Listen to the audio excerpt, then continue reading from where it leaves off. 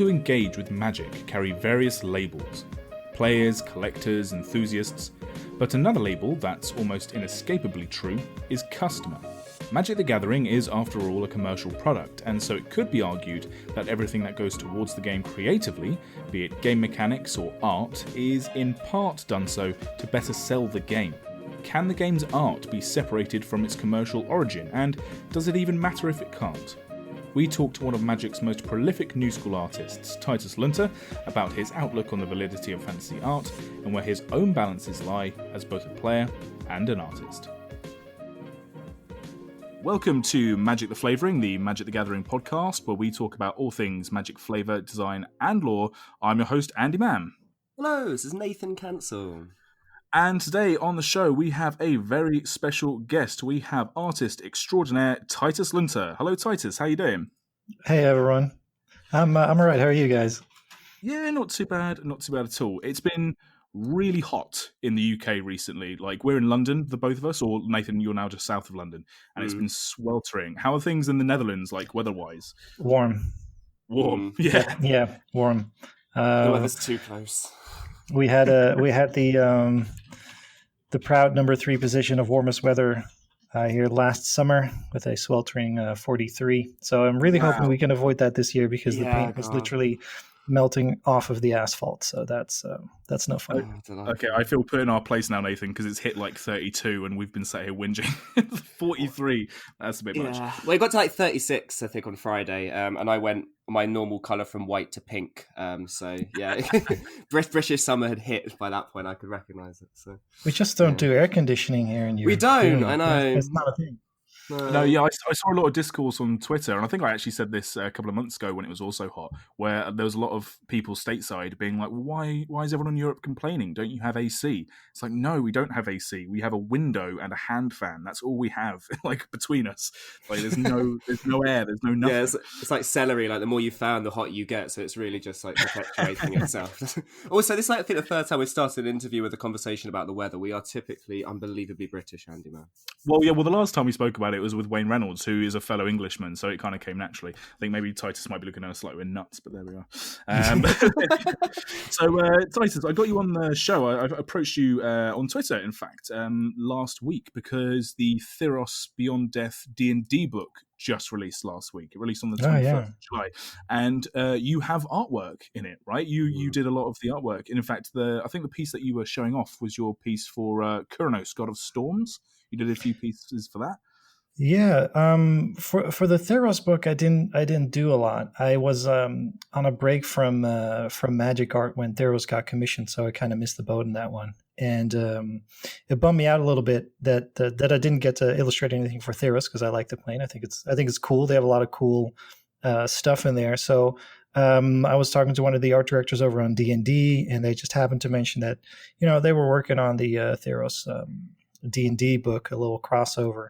I was like, oh, that's cool. And I managed to haggle a piece from them for the book. So at least I got to work on Theros a little bit. It was just the one for that one, but Theros kind of lightning bolting a boat was it was fun. It was really cool. And I think the thing which I reached out to you about, because you are a known Magic artist that is also heavily invested in the gaming side of it, like you've been playing for a long time.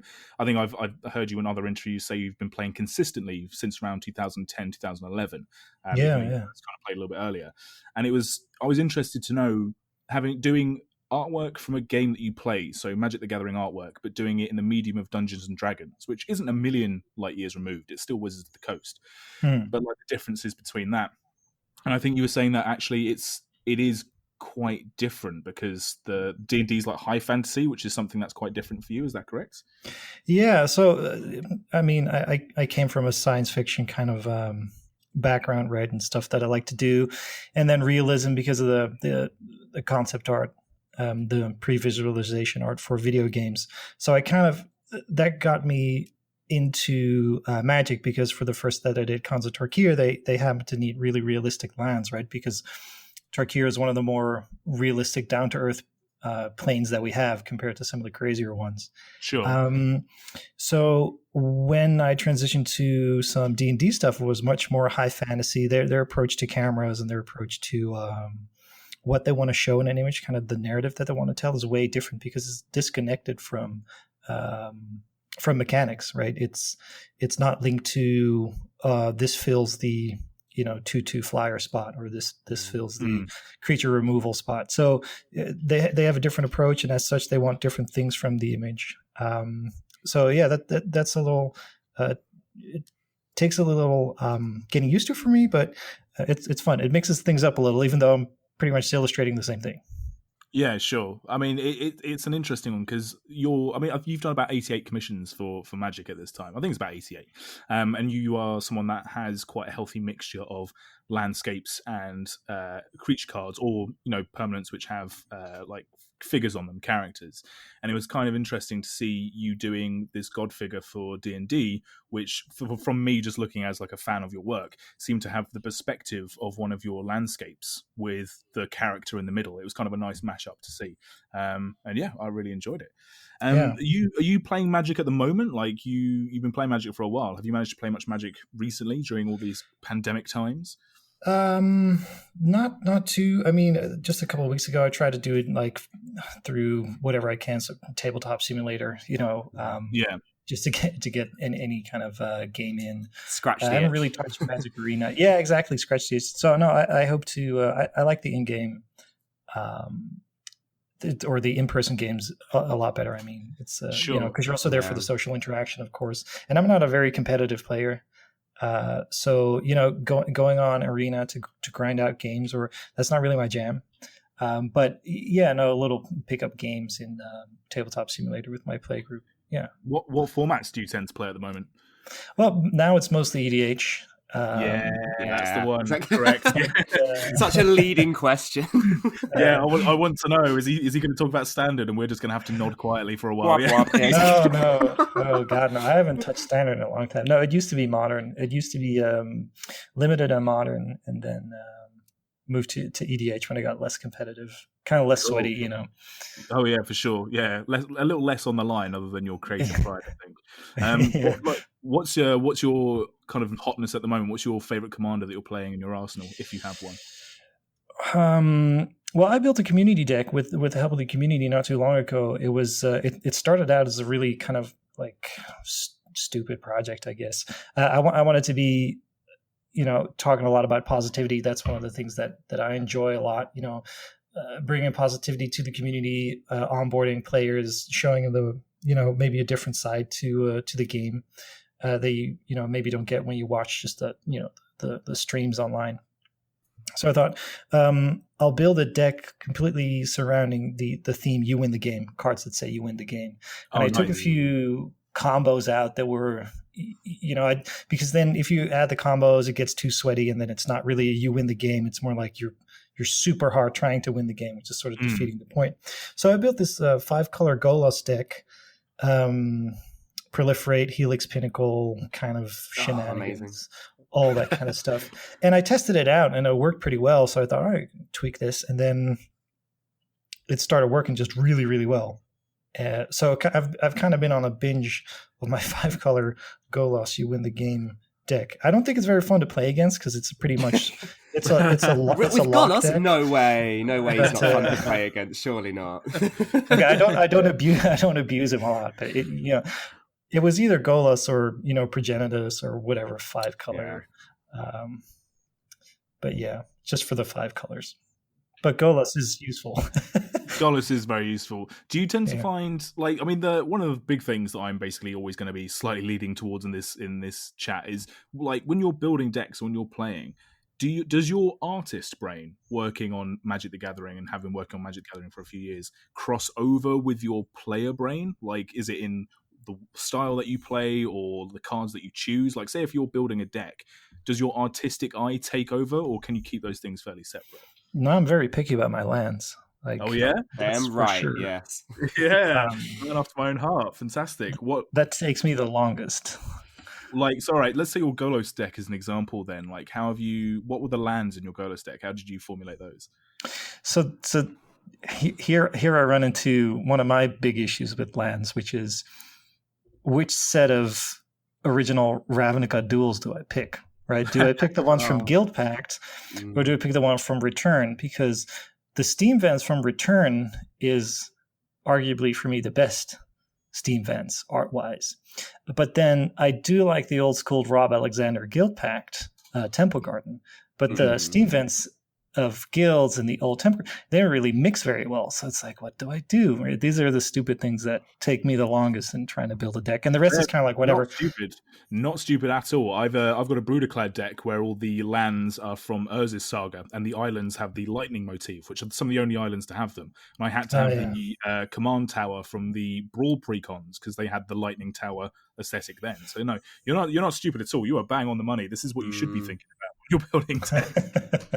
For me, it's for the little things. Sometimes different printings of lands have slightly different saturations as well in the boxes. So it's not even a matter of if you could get away with ignoring the set symbol. Like realistically, next to each other, they do just look too different, which is an unfortunate thing between years as you go through. But I'm slowly converting all of my basic lands to pre-new border. And it's quite a hefty achievement to do when you've got 17 decks to do. But it's really nice. Sure. It makes you really look like the planes from the one with the lightning. Talking about lightning motif, the lightning planes is to this day I think still my favourite artwork from a planes ever, and I completely forgotten about it until I went back through the collection. So lands really do pick up a lot.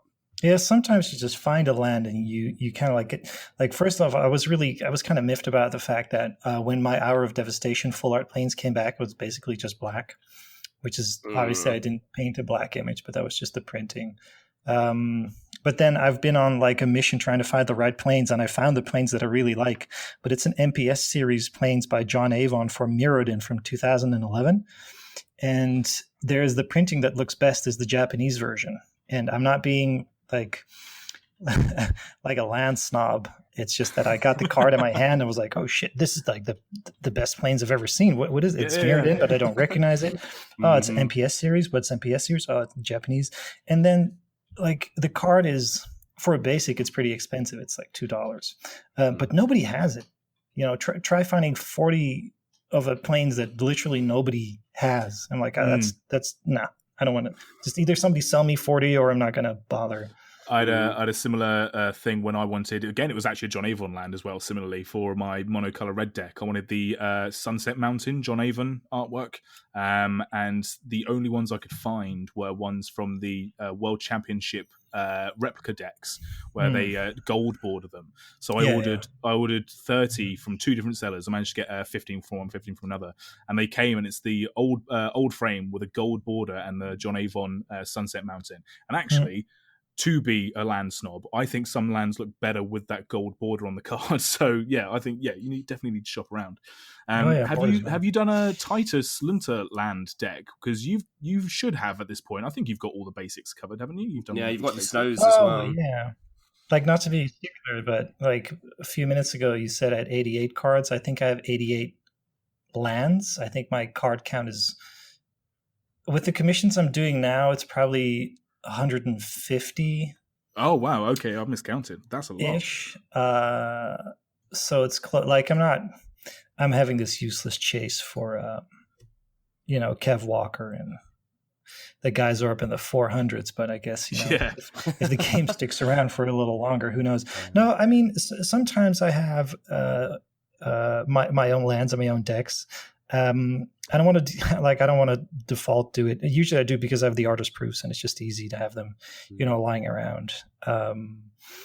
But it's kind of weird. You show up to a play group and you go like, hey, I'm Titus and I play with my own lands. Like, I don't know. It depends how you say it. It depends on how you say it. If you deliver it like that, I think I'm like, yeah, all right, Titus, I bet. I absolutely would.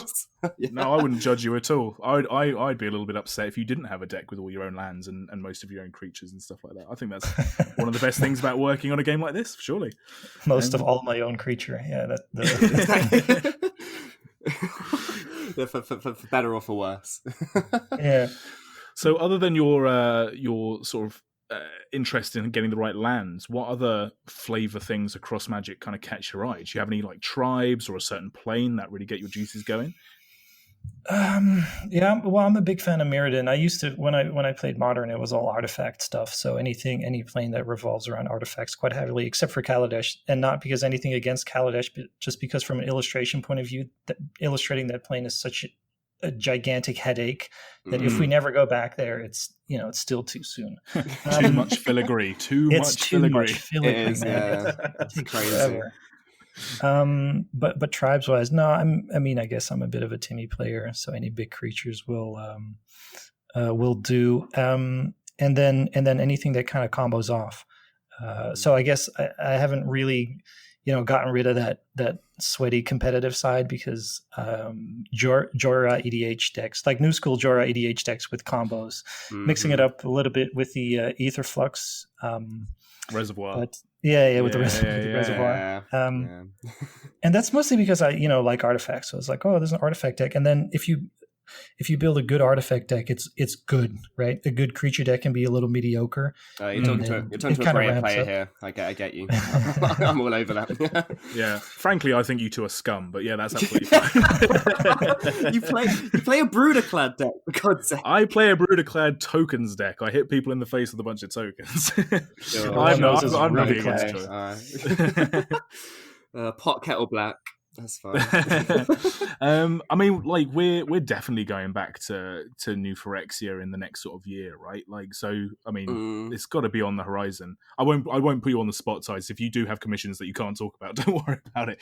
Like, but like we've been saying for months that we think we're going to go back there. In fact, we had the Wayne Reynolds Blightsteel Colossus full art, right?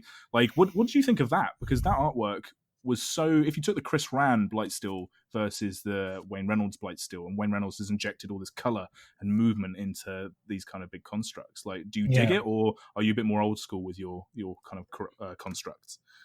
Well, I mean, Wayne is pretty old school. He's been around forever, and talking about iconic art. I think not a lot of artists have the privilege of being able to be around long enough and be iconic enough that they have their own style, right? If you see something Wayne Reynolds, it is Wayne Reynolds. So you can clearly see the derivatives of, right? He inspired almost an entire generation of fantasy art.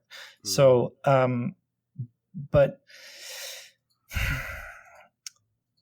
I think, I don't know. I think I like the diversity of having both pieces there. I'm a bit of a Chris Ron fanboy as well, but I mean, I know him quite well.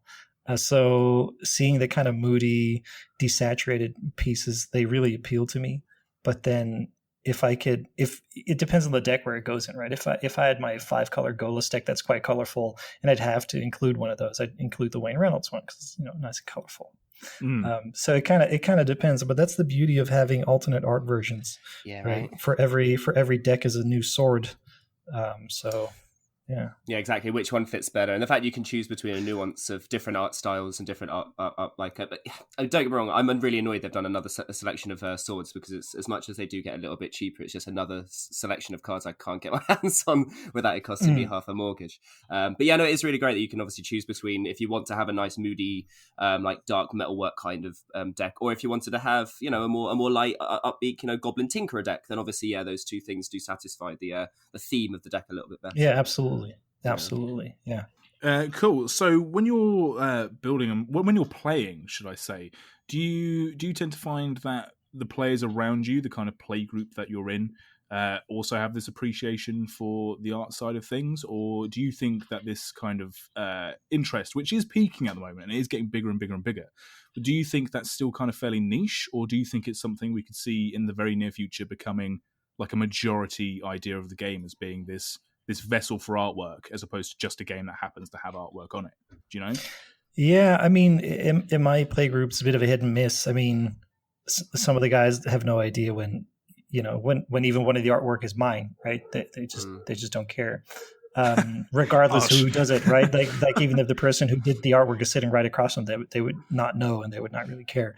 And others, they do care more because, when you're playing and you're having these conversations, about an Easter egg in a card, or you see something that's technically incredibly difficult, but it doesn't look it, you talk about it, you point it out, and you engage them a little bit more, and it grows. And I think, especially in the early days, people have such a nostalgia for the artwork from 20, 25 years ago. But even then, the artwork wasn't really talked about that much. It seems like the appreciation for artwork always comes in hindsight, and it's unmistakably linked to how good card is or how much impact it had on the person themselves from a nostalgic rarity as well, whether it was a common or a mythic or things like that. Yeah, it's a shame. I mean, that's something we spoke about with our very first ever interview. We had Vorthos Mike on, and he was talking about how you can find some of the best art is at the front of the booster pack, and how people kind of miss it if they just shuffle through back to the rare or to the mythic rare at the back of the booster. I mean, I don't know. There's WotC have just released that they're going to be doing these things called set boosters, right? Which is a new kind of booster pack, which is geared more towards people who just like cracking packs for fun. And in those, they're bringing back the art cards, which were in Modern Horizons, which is literally, I mean, as a player, if you were just looking just genuinely like that's all I care about, I just want to get the mechanics, those are pretty much wasted bits of cardboard in a booster pack. But as someone who appreciates the artwork, like that's pretty cool, right? Like they're actually including literal artwork in the booster pack as you go. Like, do you think that's a good step forwards, or is it a bit kind of wishy-washy, like from someone who is an artist? No, I think it's a great idea. I think WotC has maintained that art is one of their core pillars of the business, and you can see it because it's literally everywhere. They make no secret of it that art is incredibly important to them, but it's always kind of difficult to market because you can't play the game simply because of the art, because the game revolves around mechanics, right? They say that's the other core pillar. It's you're a planeswalker, you play a planeswalker who is going to destroy your opponent. I think the original line was destroy your opponent with creatures, but that's no longer true. So, but and art was a very important aspect of that to get people involved in the lore, to get people involved in the game, kind of like that immersion, right? And they have marketed the competitive side a lot, and I think it's good that they now also market the art side quite a bit. So you kind of get that state of equilibrium a little bit more, right? Where it's, yes, it is a competitive game, and if you want to play it competitively, there's a place for that. But if you don't play competitively and you're kind of scared that the game is only about that competitive side, here's also this hand reaching out that it says, no, you can also appreciate it for the art. And there's actually a lot of people who do appreciate it for the art. And here's a bit more of a casual side where it's about the social experience. And I think art plays a pretty important role in connecting new players to the social experience, rather than the competitive side allows them to do that. I was going to say, I think having these little art cards is a great transition way for people that don't pay attention to the artwork necessarily when they look at the card, because they look at the power and toughness, they look at the rarity, they look at what the card does, they look at the name. And when you put these, and this happened a couple of times with the Modern Horizons, I got to the end of the pack and I looked at it and I went, oh, I didn't realize that and then I went back and looked at the other card and went, oh god, yeah, this looks so much. And that difference in size from the box frame that you normally get for the art and then actually a full art version of it on the card highlights so much more. And I think it does, as you say, like it gives players a chance to kind of stop and think and look at them. And as you say, if you've got cards, like Cosmotronic Wave that sit at the back of the pack and no one gives a crap about, I'm sorry, if I could get Cosmotronic Wave as a giant print all over my wallpaper, I would. So it's one of those things of, if this is a really good way to make them, and again, if they're going to theme the packs to be like, say, a fiery pack or a dragony kind of pack, then it gives them a chance to highlight what they think is maybe the best dragon artwork of the set or whatever, And I think, it does, as you say, back tie it altogether a little bit better, because I don't think half the people, especially when they're new to the game, as much as they do have their favorite looking creature and everything, they probably won't pay attention beyond the first few cards, because their eyes probably get a bit bored and dull of looking at 15 artworks every pack.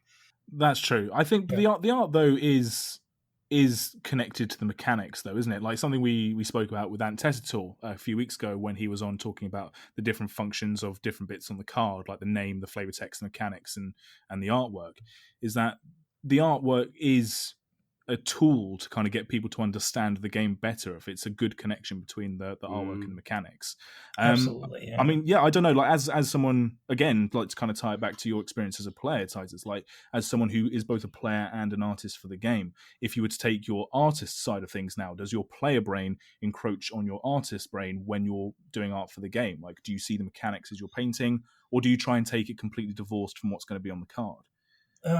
Well, obviously we don't know what the mechanics will be. We don't know what the power and toughness will be. But sometimes in the wording of the brief, outside of it being a land, you can kind of get a feel for what the card is going to do. So when I painted the Sphinx of Foresight, right, you see blue, you see Sphinx, you go like, okay, these are traditionally card draw, scry, extra turns, kind of things, and they're quite serious. They have quite a big impact on the game.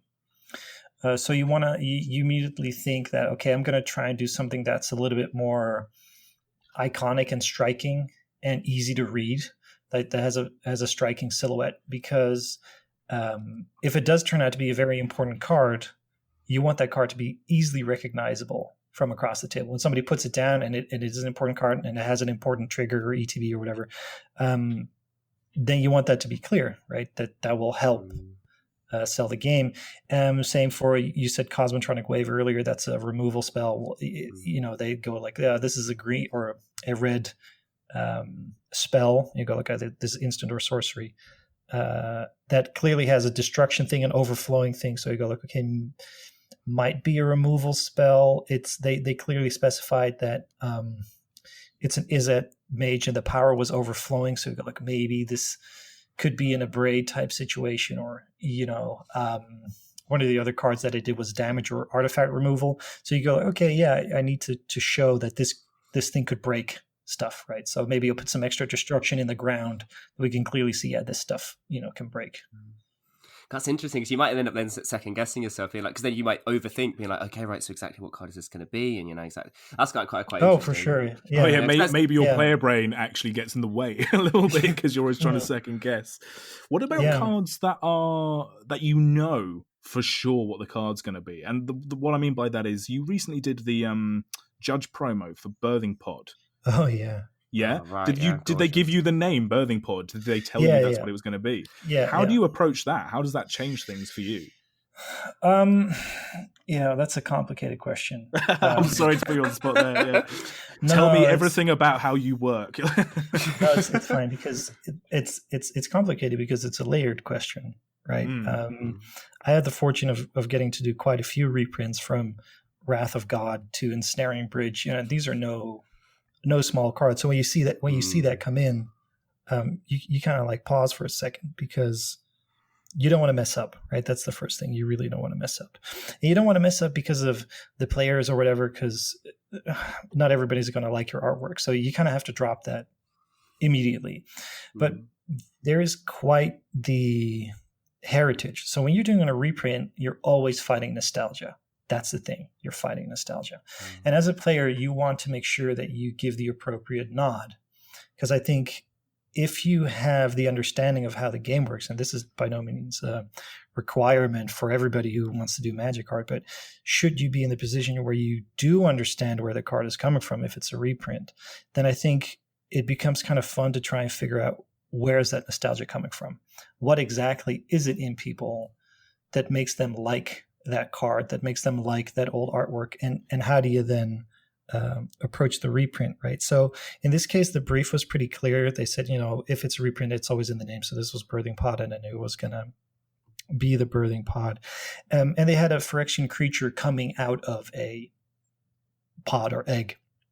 And that was something that I could design myself, right? So then you start to think, okay, where do I want this to be? Phyrexia, Mirrodin, that's kind of cool. That's kind of like that cycle of rebirth, so we're going to do it there. What kind of creature do we want it to be? Well, I have a deep and profound love for the Phyrexian Obliterator. I think I mentioned that about 1,000 times now, as seen as the new Phyrexian Swamp that I did, which has the Obliterator on there. Well, I think, I spoke to you not too long ago about your Swamp on Twitter, and how that you chose for it to be an Obliterator, and you also pitched it being the Vault of Whispers in the background, which was the kind of dilapidated structure, right? Yeah. Yeah. So, but when you get that kind of thing, it a lot of gears start turning, like, how do you want to do it and how do you want, and I think one of the original things is that Birthing Pod is a really controversial card, because some people will cheer and some people will sigh their deepest sigh when that thing hits the battlefield. Yeah, it's like a Kiki or anything else. Yeah. Right. Yeah, divisive. It's a Marmite card. Yeah. Very divisive. Yeah, it is a Marmite card. So you approach that in a way where you go like, okay, this needs to be more visually striking than normal. I need to pay more homages to all these little things, right? So the egg where it comes out of has lotus petals, and the altar that it stands on is from an old, I think, a Rob Alexander planes. It was a corrupted Mirrodin structure. So you try to layer in all these things because I think subconsciously people will recognize it, right? Not everybody knows exactly what, the Vault of Whispers looks like, or what that one specific planes from Mirrodin from, whichever artist looks like, but they've seen it. They've seen it hundreds of times, even though they may not realize it. So when you layer that stuff in there, you're kind of playing, you're playing into that. You're paying homage to what is done before. You're playing into what people maybe expect to see, what they'd like to see, and you're tying it into something that you find interesting. Yeah, exactly. So, but it goes through a lot of iterations and steps. So it's kind of complicated painting pieces like that. Did you deliberately go for a kind of Aliens look? Because it kind of reminded me a little bit of the... Yeah, good. Because I'm looking, I'm like, that is a face hugger pod if ever I've seen. No, I mean, Alien is my top 5. It's in my top 5 or maybe top 3. I can see why Phyrexian Obliterator is as well then, because those two are fairly synonymous. Yeah. Well, I think all those, actually it's funny that you say that. You've just dropped in that's your favourite film, because I think that explains so much about how you approach your artwork then, especially for things like lands. Like, I think we did a Cracker Pack video recently on our YouTube channel. I think I released it today, and it was from Dominaria, and it was your swamp from Dominaria was in the pack. We talk about the artwork and all this kind of thing. And I think a large section of the community actually saw that your swamp from Dominaria was meant to be a crashed version of the Predator skyship from the old series. And you said to me, well, actually, it's more of a generic ruin.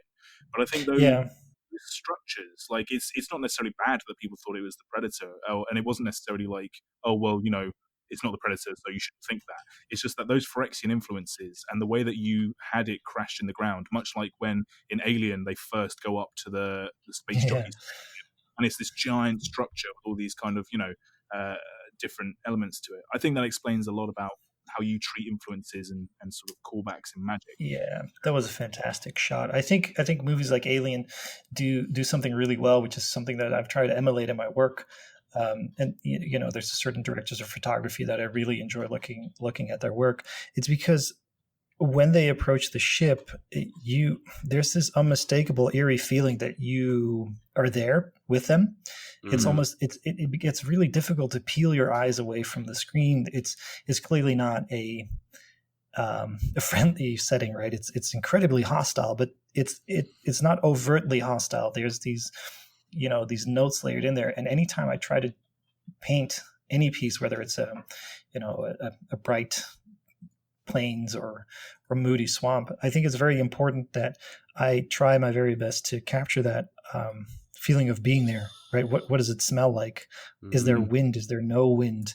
And all these things kind of help try and set the scene, You create crazy atmosphere in your pieces. It's one of the reasons why I like the fact you do lands, because some lands can feel very flat regardless of how panoramic or wide the frame is, whereas in things like, say, like the Frontier Bivouac, like, you can feel the cold, you feel like you need to get under there. So it's good that comes through massively.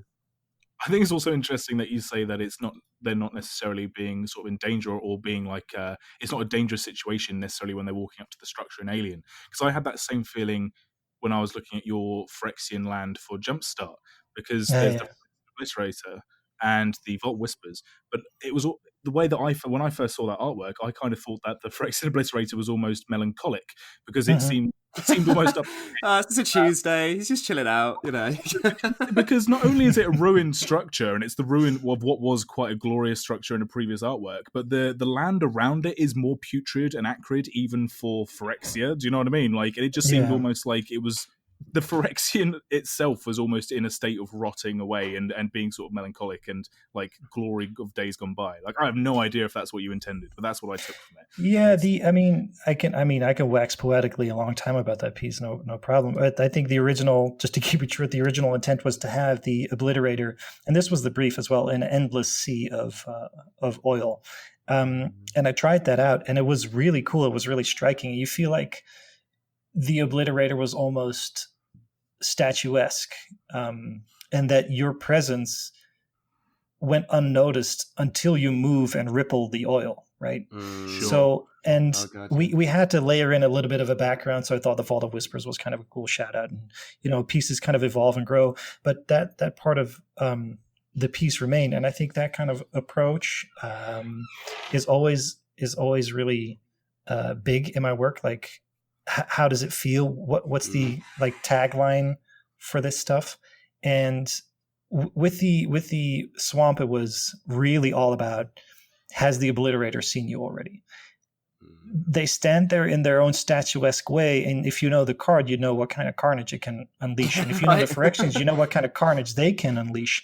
But they haven't yet. They're just standing there still, and you are still. You're standing there looking at the card, and both of you are not interacting, and it's up to one of you to make that first move. Right. And that's kind of like hanging in that very precarious balance. Because what's that swamp going to be used for? What are you going to cast with that? Yeah, you sure you want to tap that? Do you want to force me to tap that mana? Yeah. Fantastic. Well, I mean, this kind of approach to your work then just sort of definitely sounds like if you were to talk to someone who didn't know anything about like what goes into making magic art, or didn't even necessarily know about a lot of the flavor side of the game, it might seem a bit overblown and a bit much when talking about art in this way for something that is effectively a card game that is pitched at teens to, you know, sort of middle-aged people to kind of play. But magic art, as we've sort of discussed, is hitting a peak of interest in people getting involved in it.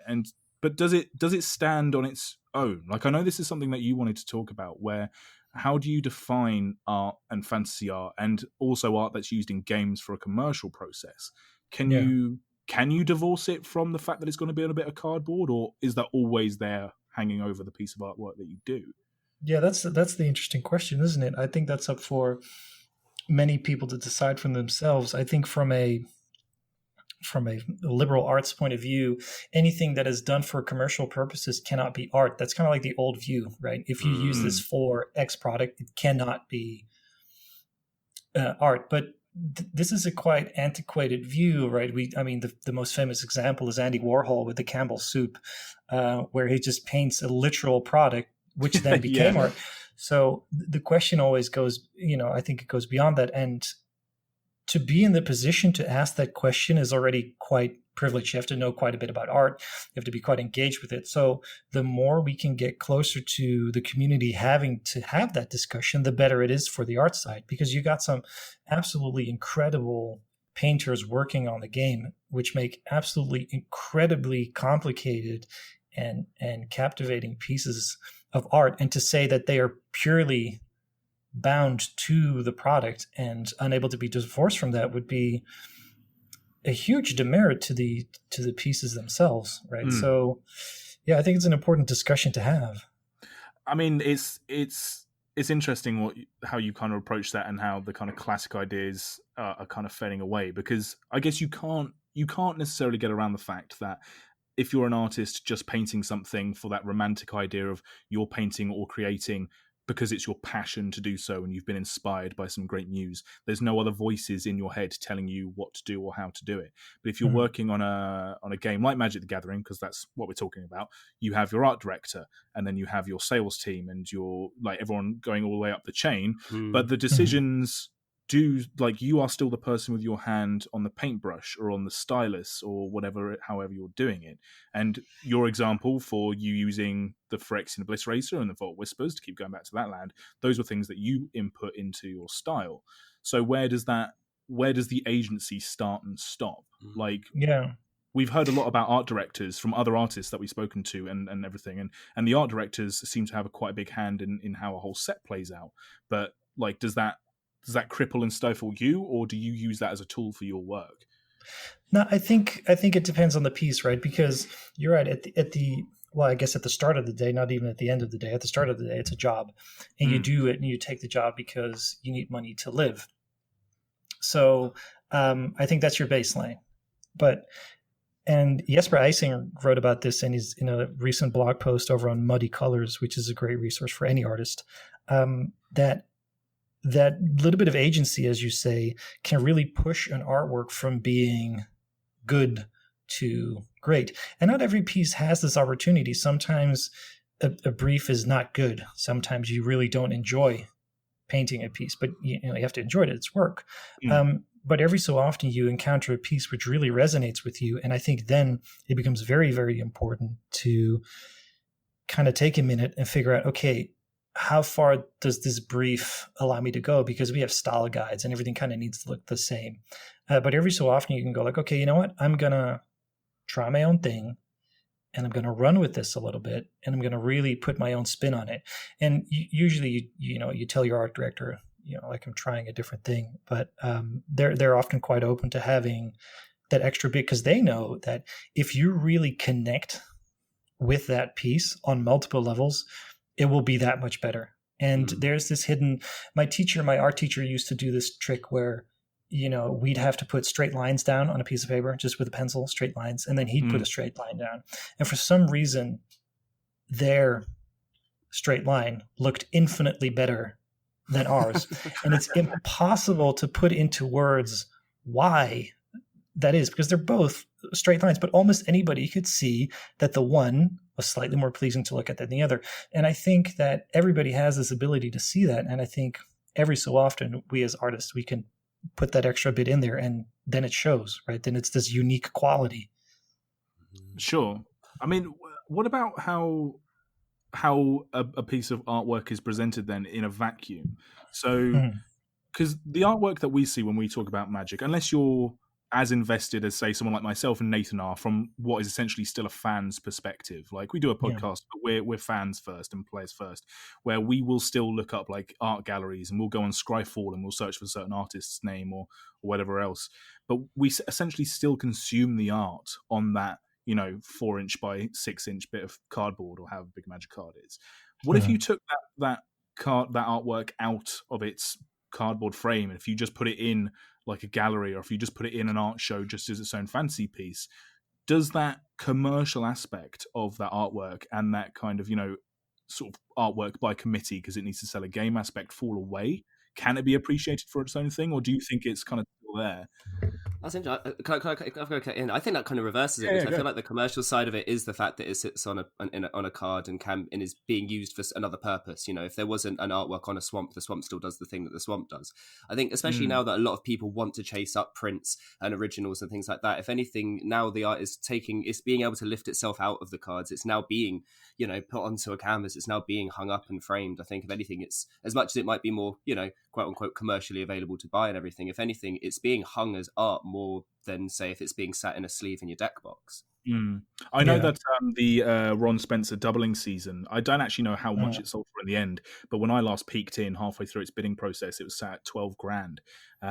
So there is a market for it, and that's not unusual. Like, and even sort of, and that might be attributed to the fact that it's doubling season, and that might be attributed to the fact that Magic fans who have the money to spend on artwork know it's Ron Spencer and know it's doubling season. But there are pieces by newer artists for Magic anyway, like Wiley Beckett, that are selling for thousands as well. And I just wonder. I mean, this is the question that kind of you've sparked the inspiration into me, Titus, is that I just wonder how you can make Magic art just art, and can you divorce it from the text box beneath it? I don't know what you think. Well, it's in the eye of the beholder, right? It depends on who you ask. There's, again, lots of things to consider. Like, you could argue, is Ron Spencer's doubling season a better or worse illustration than Chris Ron's Ugin, which sold for more than 30,000? By the price number, you can go like, oh yeah, no, Ugin is clearly the better illustration, because that's normally how people look at it. And I think it was one of the angels that Tyler Jacobson had done. I can't remember it, but it's a veiled angel holding a sword at night. It's an absolutely wonderful illustration, and it won several awards. It won the Spectrum Gold Award, which is quite a big thing for artists. But then if you would ask a art critic if a contemporary painting that's figurative of an angel could ever make it into a gallery, you'd probably be laughed out, right? But if a contemporary landscape that was slightly more impressionistic, then they go like, yeah, that's maybe more acceptable. So it really becomes about who you ask and what the piece is for. Because liberal art from a sales point of view, Magic is already achieving, because, you see some fine artists sell paintings for $1,500 or $2,000, and some Magic pencil sketches fetch more than that. And we're talking about pieces that are in actual galleries. So would that pencil sketch ever be in a gallery? Like, no. From a liberal art point of view, from a fine art point of view, sales figure. Is it successful? Absolutely. So it's a very difficult question, but I think the most important part is that more and more people start to talk about, and I don't think people understand the power that they have as consumers to in labeling what art is. Because if you talk about the absolute creme de la creme, that's a really great way, of like laundering money or tax evasion or whatever why they bid millions for it. They have their own reasons. But if you go one tier below that, with the plein air painters, the still life painters, the portrait painters, I think then Magic Art comes really close. Yeah, absolutely. I think there's something about the game as well, being able to have ownership over something that you have a personal affinity to is really alluring. Sometimes I think you go into a gallery and it feels like the piece is meant to be, looked at. It's not necessarily something that you engage with necessarily as much. And yeah, I guess it's tough as well, because obviously Magic, we've talked about this before as well, this idea of the target of Magic Art tends not to be too abstract, too surrealist. It is becoming more and more focused. No. And yes, okay, there is still variation in style and everything, but there is, as you say, a certain focus that might not be considered particularly daring or pushing new boundaries, or maybe the subject matter might be considered immature. I guess all of these are literally, unfortunately, subjective things. But yeah, it's funny because, as you say, like fantasy artwork, I mean, I don't think illustrations in a book for, like, say, something like the Silmarillion or anything is any less, important. But obviously, it is tied to the story. So I think Magic artwork maybe has more opportunity to be separated, because it's not. I mean, it is a character, a specific person in a specific time and a specific plane, but obviously that person's had, as you say, the agency to kind of do what they want with it. And as you say, as soon as you start putting your life into it, then it kind of, I feel like it's not just owned by WotC, it's kind of owned by the artist and the community as much, if not more. Exactly, and it starts to lead its own life. Yeah, that commercialism aspect really fucked me when you said that to begin with. I'm like, if you buy it, it's not art. Well, that just screws up everything about creativity. But I mean, do you know, it's an interesting one. What merits? Like, how do you even define what art is? I mean, how do you define art is a stupid question. But how do you define art, like, as a commercial thing? Because I'm a big fan of Mark Rothko. Like, he's one of my favorite artists, just to pull an artist that I like. And he had an exhibition in the Tate Modern in London a few years ago, and I went to see his paintings, and I went to see his monoliths, and I engaged with that art because I went there and I sort of soaked it in, and I engaged with the art as you do in an art gallery. But it didn't go any further than that, and I sat in the room for 45 minutes, and then I left, and I kind of satisfied my own curiosity into an artist that I liked from seeing his work in a digital format. I saw them in analog, if you like. But when you're playing Magic, and if you're interested in the art, and if it is something that just at a baseline excites you, and you have your playmat, and you have your sleeves that you like, and you have other people's artwork that they really enjoy, you're engaging with that artwork far more than I engaged with Mark Rothko's artworks when they were hung up in the Tate. Or I went to the Sistine Chapel and I engaged with that, but I got shuffled through at a rate of knots, and I didn't see it, I didn't soak it in, but I bought that playmat for a reason. Seb McKinnon's Kickstarters and Janus Voss's Kickstarters make a lot of money for a reason. And does that make Magic art and fantasy art for games? I mean, in a sense, that makes them more successful in some metrics. It depends how you kind of value it, right? It depends if you're a cynic or not, right? Because if you're a cynic, you say it's no different than any old slogan on a T-shirt that just happens to be successful, because you're approaching it from a very kind of cynical or snobby point of view. I think if you get to that point, it doesn't matter if you classify something as art or not. If you create something to be enjoyed by people, and it is in fact enjoyed by people, you have already transcended what it's supposed to do, because the only thing that it's supposed to do technically is accompany the mechanic that is on the card. And the second that it goes beyond that, because people engage with it, they cosplay it or they buy a print of it, you've already gone beyond the scope of what it was originally intended to do. And I think that for any piece of media is incredibly difficult. Sure. Do you feel as an artist, this is a big question, this might be on the spot a bit, do you feel as an artist that does illustrations for card games and for D&D that you've reached a level where your art is enjoyed? Do you feel that as someone who produces this work, or is that something a bit too unattainable for you, or like abstract to think about? That's difficult, because like don't let your ego get in the way of this. If you want to say fuck yes, I've hit the gold mine, then go for it, because I mean, people love your art, man. Like, your Phyrexian Swamp when people made people go nuts, and that's just the latest in a long line of illustrations where people have really engaged with it. Like, but do you feel that sat in your studio, or is that something which is other and divorced? No, for me, no. I think I'd love to be at the point where I could, legit say, fuck yeah, people like my art, and I know that they like my art, and really feel it, right? And now I know that people enjoy my art because, I'm here talking to you guys, and so I go like, yeah, no, on some level I do know, but it's really difficult. Artists are, on the whole, not to generalize too much, but artists on the whole are kind of strange people. Sure, yeah. No, we're not. We tend to have. Well, I mean, myself and Nathan have a theatre background, so I think we can appreciate nice, that. Yeah. Well, once I start to talk about anxiety and that kind of stuff, it will sound very familiar. And imposter syndrome, and you never want to get comfortable either, because otherwise you stop kind of pushing yourself. You get complacent. Exactly. Yeah, it's a tough. Yeah. I think that's something that you fear. No, but you're aware that people like your stuff. You obviously, when you get a reprint card, you go like, shit, now I have to. Every time you get a reprint, it will be either loved more or hated more than anything you've done up to that point. Sure. So you're keenly aware of that. So I think it's, in a way, you have to divorce yourself from that in order to be able to perform and consider it this is just a job. Because I think anytime you get a brief, it needs to start out as just a job, and you make that in a void where nobody will ever have an opinion on it that, will reach you. But sometimes it crosses over, right? Again, when we're talking about that piece of agency, when we have pieces that have a chance to become a little bit more, then you start to think about that stuff, right? And then the pride comes in and it creates a completely different piece. Like, for example, Crop Sigil and Terrarion were painted in the same week. Really? Yet Crop Sigil has a really different feel. I was struggling with the piece. I didn't really enjoy it that much. Whereas Terrarion, I thought, yeah, this is cool. It's a reprint as well.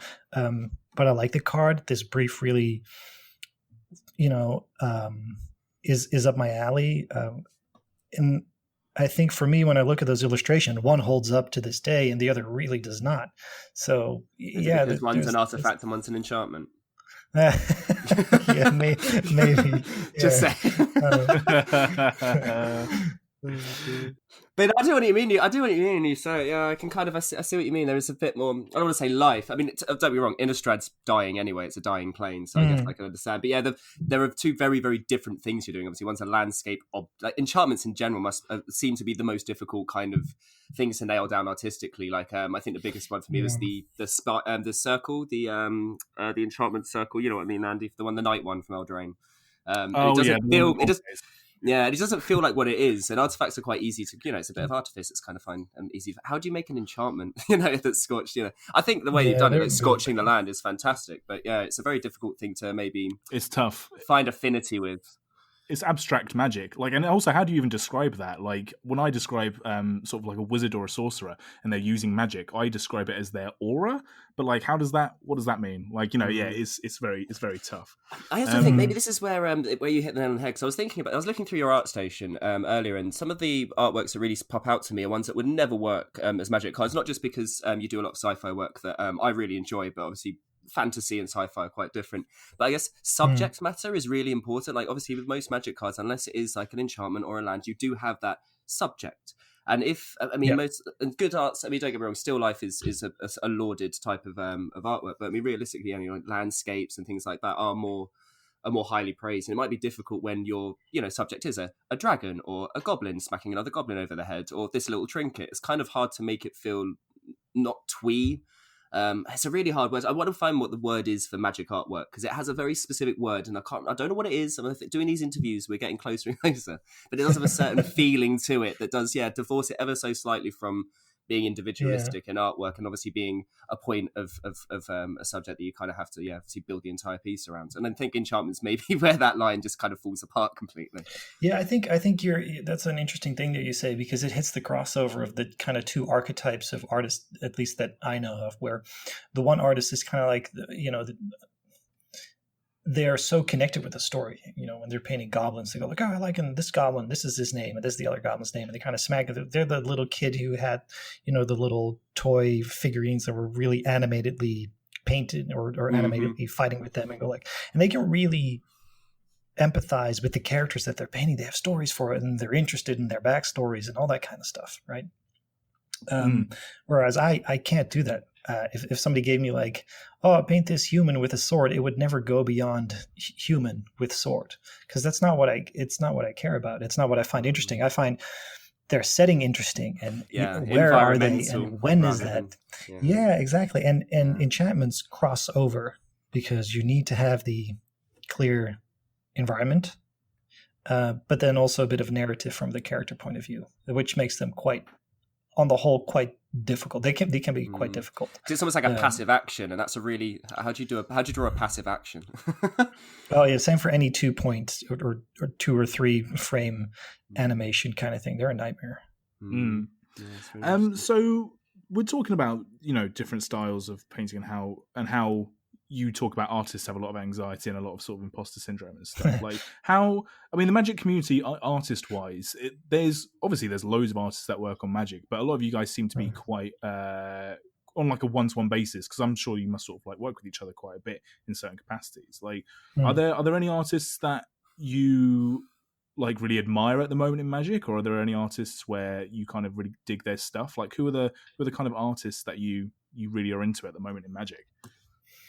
Well, I have my usual suspects. I guess I'm friends with Tyler Jacobson and Chris Ron, because they're, and this is something that I think most people wouldn't really notice, but from a technical point of view, the way that they control, and Johannes Voss does this too, and the way that they control their values in art is incredible. It's incredibly difficult to control it the way that they do.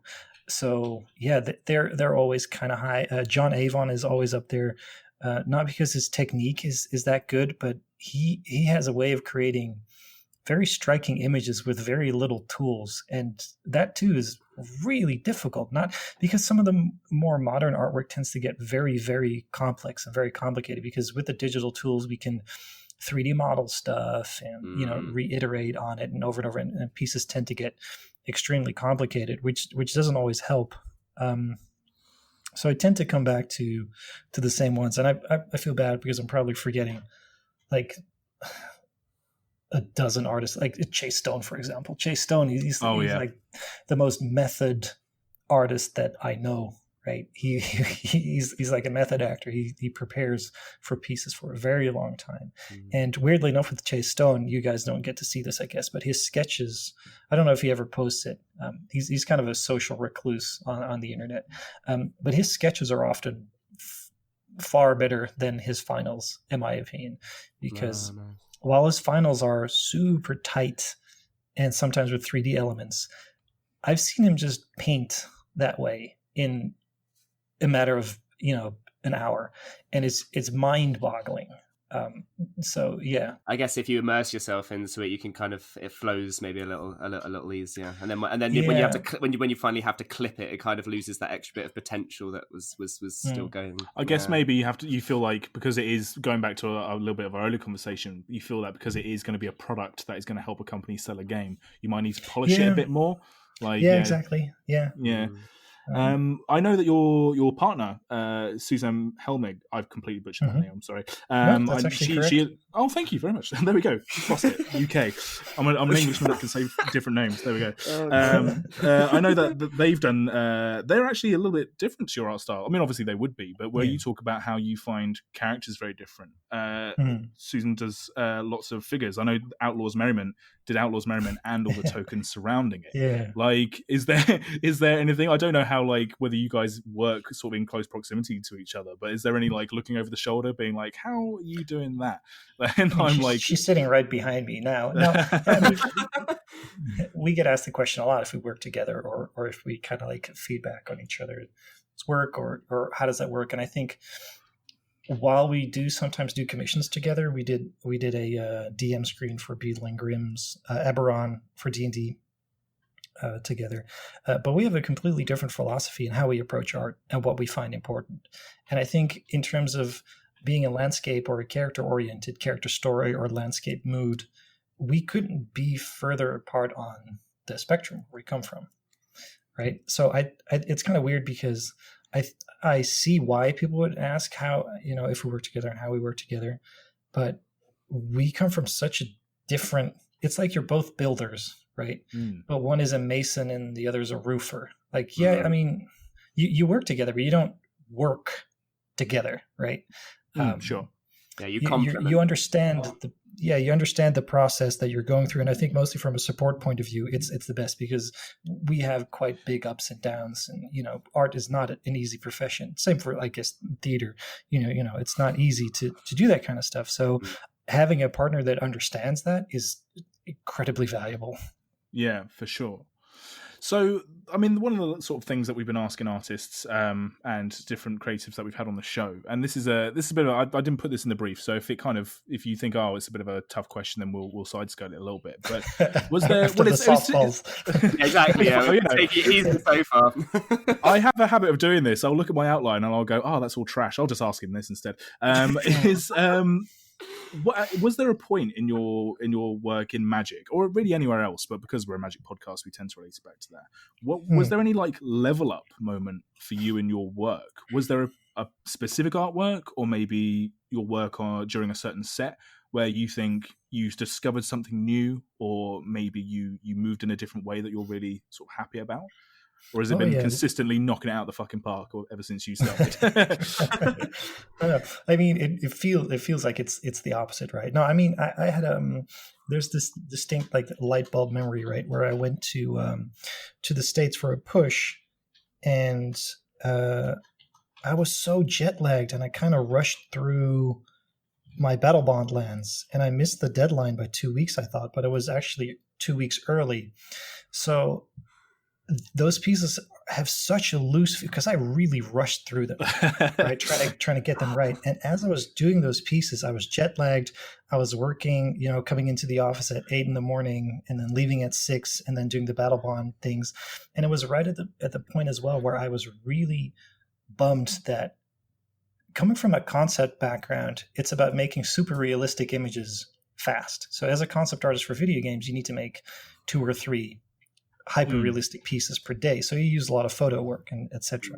And I was trying to move away from that, but I was trying to reconcile how I could get photorealistic looking work, but actually painted all by hand. And how do you do that? And I was talking to Tyler and Chris that I mentioned earlier, and they introduced me to shadow shapes, which is a thing that you do a lot in portrait art, where you just paint the shadows of a figure, right? If you break down an image into 3 tones, you have your highlights where the light hits, you have your midtones, and then you have your shadows. And you can actually build an image entirely using only shadow. Yeah, you've got one of these on your art station, haven't you, with the triple, right, studies and durdles. So I was looking at this earlier, and on the bottom, on the middle one, it's literally just 3 colors of, well, not yellow, but you've got the yellow, you've got the darker ochre, and then you've got the black, and all you need is the 3, and you've got the cheekbones, you've got the it's really clever.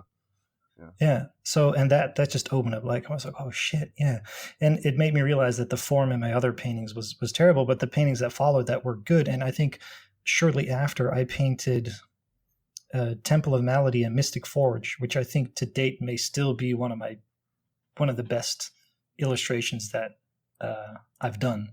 Sure, and it's weird because their conversations, my jet lag, the rushed pieces were still all so fresh. And then clearly Temple of Malady and Mystic Forge are way more rendered than the Battle Bond lands. They're way more tight, right? They're zoomed in. But since that was all still very fresh, it was like, okay, this is clearly a level up moment. And it's one of those things where you capture lightning in a bottle and you try to do that afterwards. Mm-hmm. Is it the detail? Was it the lighting? Was it, that's how you say it. Was I really it the jet lag? Exactly, was it the jet lag? Yeah, I've got to take a flight every time I do a painting now. Yeah, it's like because it was your forest was the last land I had that made me had to take a second look back. because I was playing against someone who's playing an elf deck, and he only had these lands as his lands. And because I didn't play a lot of battle bonds, I didn't pay too much attention to them. But yeah, these were the ones I'm surprised you say that, because I find them really. I like the rough kind of aspect to them. It's like when you say, like, the lack of the definition thing kind of almost gives them more freedom, more expression. So yeah, I'm glad you didn't get a chance to finish them properly. Well, what's interesting about these ones as well is that they're all from a very similar view, and a lot of your lands tend to be you're still at a low angle looking up, or you're either that or you're very high looking over like a landscape. These ones still have that aspect to them, but they're all quite balanced across the frame, where I know a lot of your lands, like your Temple of Malady, for example, is at kind of a Dutch angle, and I know your like your Orzhov Guildgate is kind of off to the side, and same with some of your towering over you. Perspective. Yeah, these are way more face on. Yeah, I like them. They're very, very cool. Well, that's really cool to know. So you need to. That's it, Nathan. If we need to improve our content creation, we just need to hop on a flight and get incredibly tired. And just rush around. Well, I think you know what it was. I think like looking back on all of those pieces, and any piece which I still think holds up, is because either I was so tired, literally, or I was so tired of being anxious or filled with imposter syndrome that there's this, this second wave of confidence. And it's not, I don't think either it's confidence or just fatigue blocking out any negative emotion that you can, but then you're much more in the flow. Yeah. Well, we don't have a huge amount of time left, but the last little thing I want to kind of talk to you about, and again, it's similar to where your level up moment is and the artists that you inspire. It's in that kind of realm of questions. And that's in regards to Magic and D&D, but also in regards to larger fantasy artwork that's maybe related to games and IPs. Where do you want to see the artwork going? Like, do you think the trajectories are all there and it's just more of the same? You just want art to be pushed more to the forefront? Or do you think there needs to be a change in attitude towards fantasy art? Like, where do you want it to go? Another easy one. Another easy one. Yeah, that is a good question. I have to think about that one for a second. Because I know just with general in the world recently, there's been lots of call to hold companies, for example, to a higher standard when it comes to accessibility, or it comes to like just how they treat their workers and treat the general public. But also that's been kind of put onto the magic art world recently, where people want to have like their artists held to a higher standard, or their treatment of workers to a higher standard. Do you think it lies in that, like the actual production of the work, or do you think the visual style is something which needs to be pushed more? Like, what do you think needs like a new ratchet? I think so. Coming back to a bit of Magic history, one of my good friend Richard Witters, he is he's now the main art director for the Dungeons and Dragons brand. But he started out with Jeremy Jarvis as concept artists for Magic the Gathering, and this was a long time ago. And when they came in, this was in 2006, 2007, I think. Magic was on a little bit of a decline. It was struggling, right? It was super popular at the late 90s. Then it got managed a lot. Right? We have to push for this to be and that to be. So it was struggling a little bit.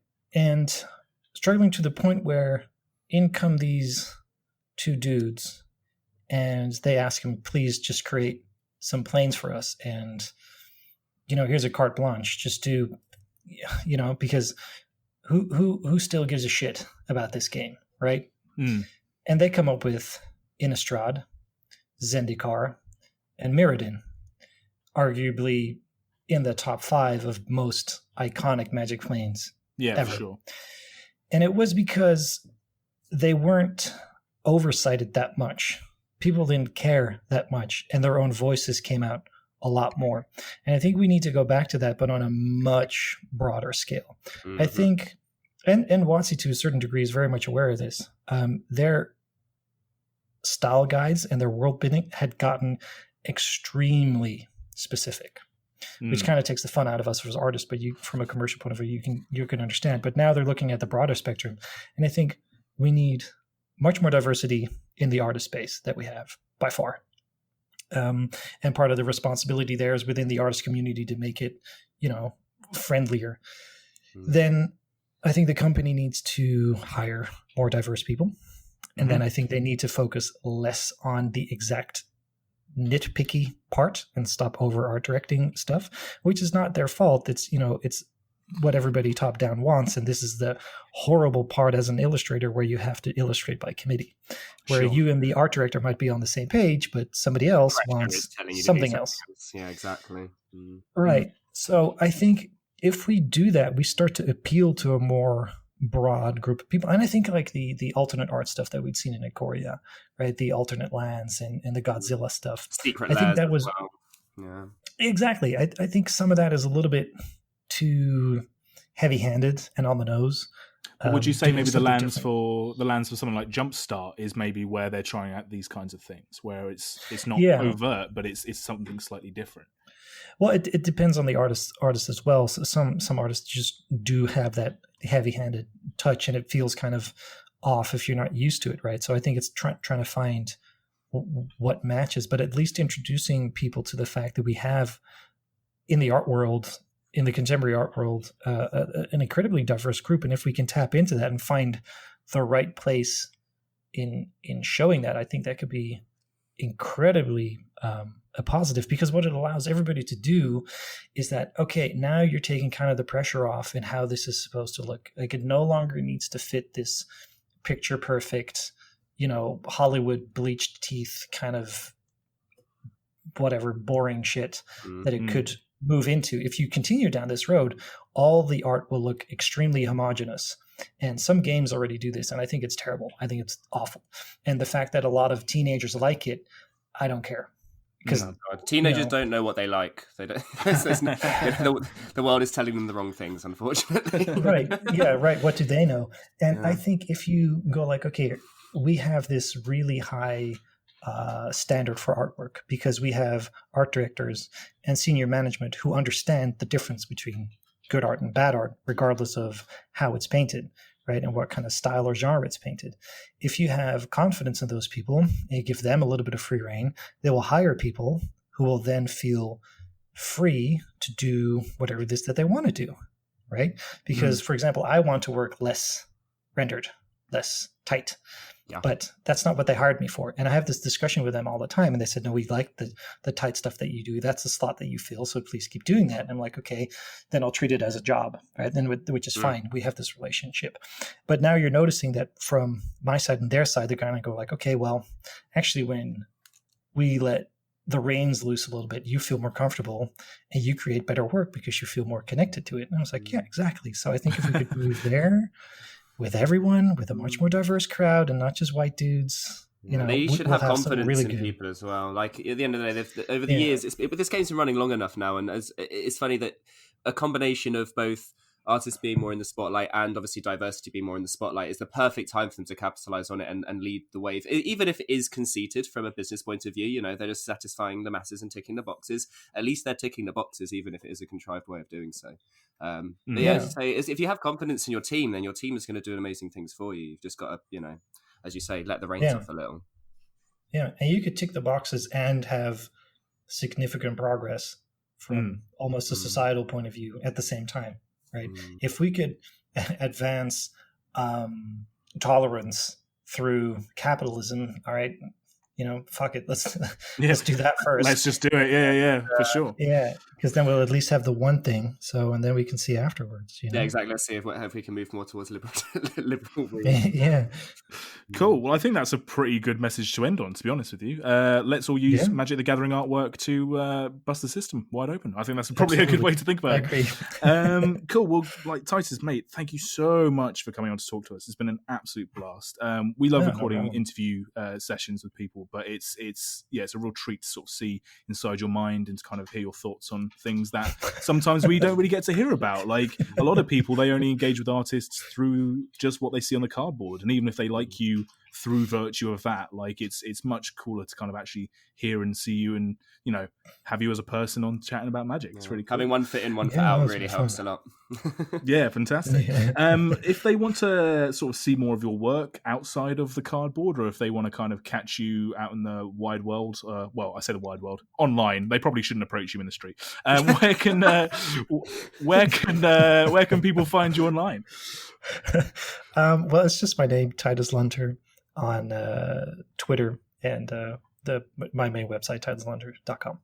Cool, fantastic. Guys, if you want to hit us up on Twitter, or indeed in the wide world, you can find us on Twitter at mtflavouring. Emails go to mtflavouring@gmail.com.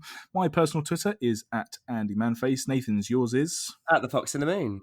At the Fox in the Moon. If you haven't checked out our YouTube channel yet, it is very creatively called Magic the Flavouring on YouTube, where you can find us doing lots of different videos. This will also probably pop up there as well, so you can see it in visual form with all bright lights and colours. Other than that, Nathan, do you have any final thoughts for this episode? No, I'm hot as balls. My windows are closed. Can I please go and open them now, please, Andy? Yeah, we can let you off and you can go open your windows. All right, well, guys, other than that, as ever, thank you so much for listening. This has been Magic the Flavouring. We'll see you soon.